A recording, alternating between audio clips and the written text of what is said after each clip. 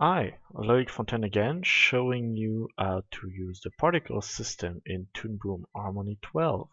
In the last videos, I covered how to create the rain droplet on the surface of the water using a basic particle system.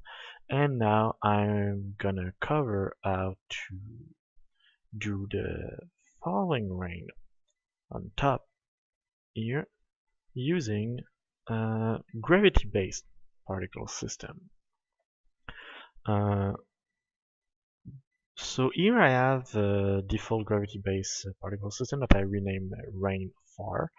Um, if we go into it, you see that by default, gravity-based particle system comes with more node than basic particle system, which is the sync node, gravity node, and velocity node. Node that I'll come back later on. For a beginner, I'll just cover in a bit the change I did to the sprite emitter compared to the basic sprite system for the other drop.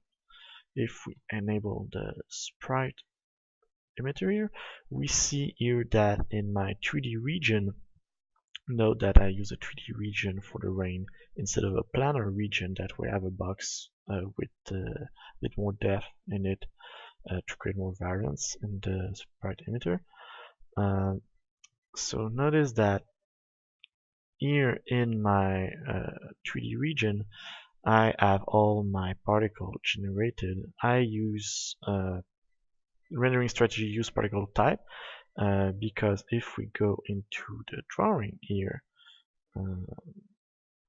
we can see that I just have three small drawing, small stroke of rain, and using particle type tells the particle emitter to use a certain type of drawing. If I go in the generation tab, I can say here by saying sequentially assign type number to use either the frame 1, frame 2, or frame 3 in order to create a bit more variety in the raindrop.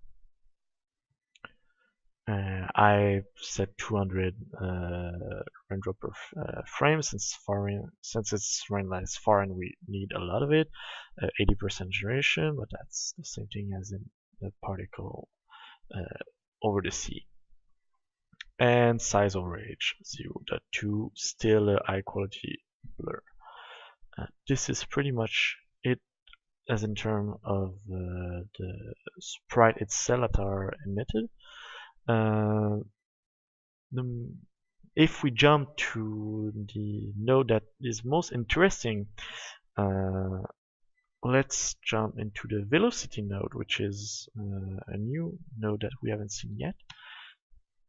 Velocity node, if you see, I just enabled pressing A.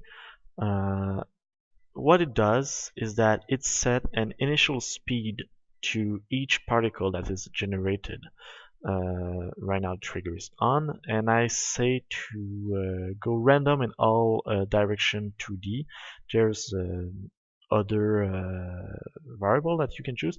I tend to prefer using all direction 2D.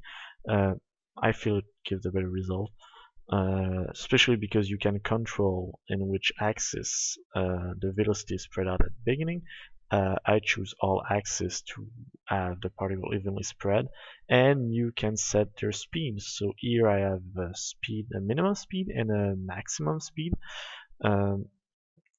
It's important to note that by default I found that the speed of the particle in harmony in gravity base is quite fast, so I always tend to reduce the speed by a factor of 10 even before starting working, and so that's why by default I think it's around 0.5 and I put it at 0.05.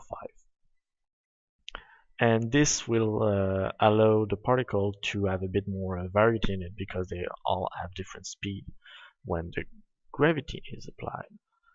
So we'll cover the gravity in the next video.